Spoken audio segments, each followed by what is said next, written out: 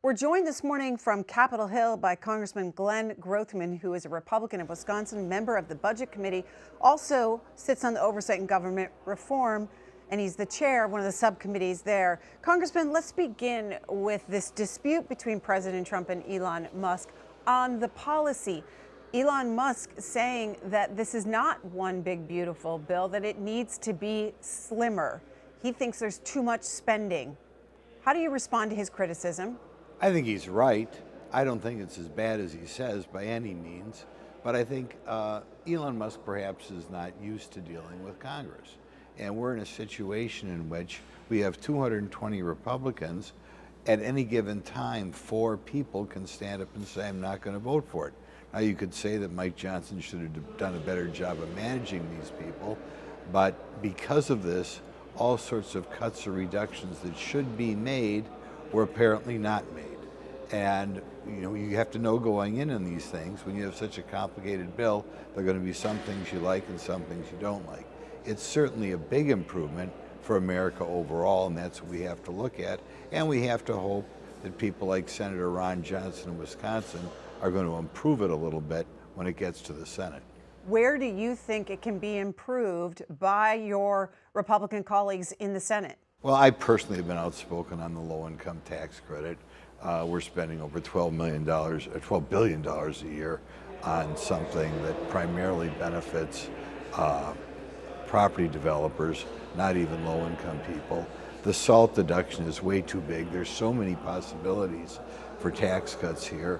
I'd like an increase in the personal exemption to help out families with children, successful families with children.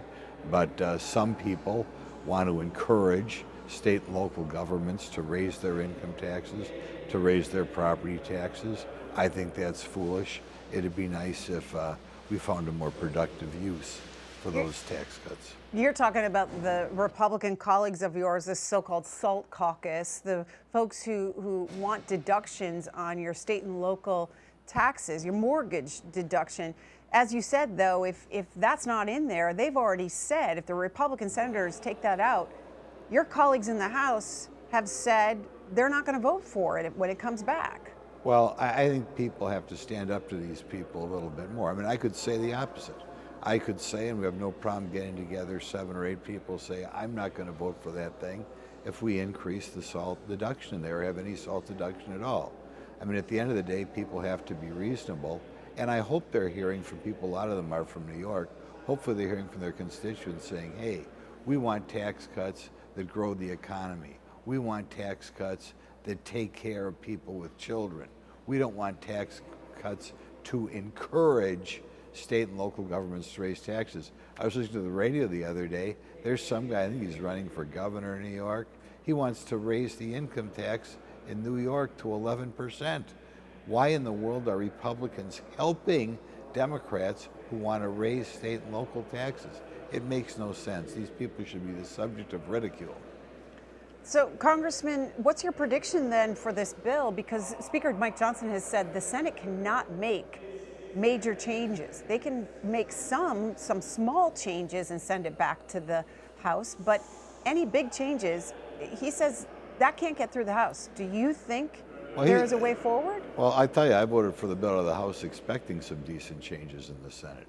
I expect them to pick up the ball because I don't think we were as aggressive as we should have been as far as keeping spending in line. So I'm hoping those guys, Ron Johnson, those guys, Senator Banks, I'm hoping we have some decent changes there.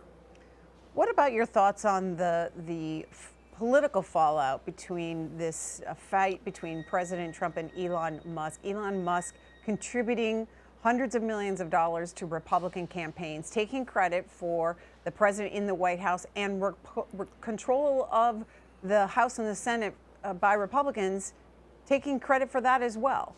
Well, I like both Elon Musk and President Trump. Obviously, we know over time, probably both of them have their ups and downs with individual personalities. I like to think for the good of America, and they've both done so much for America. For the good of America, they'll get back together and be good friends within a week or so here. And I think they can do that, by the way.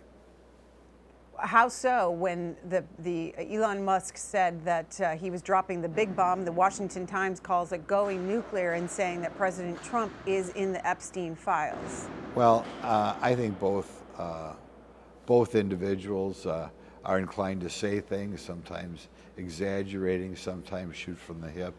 And I think President Trump has shown an incredible ability to be forgiving in the past. So I still think they can get together for the good of the country. Congressman Glenn Grothman, member of the Budget Committee and Oversight and Government Reform, thank you for the conversation this morning. We appreciate it. Thanks for having me on, Greta.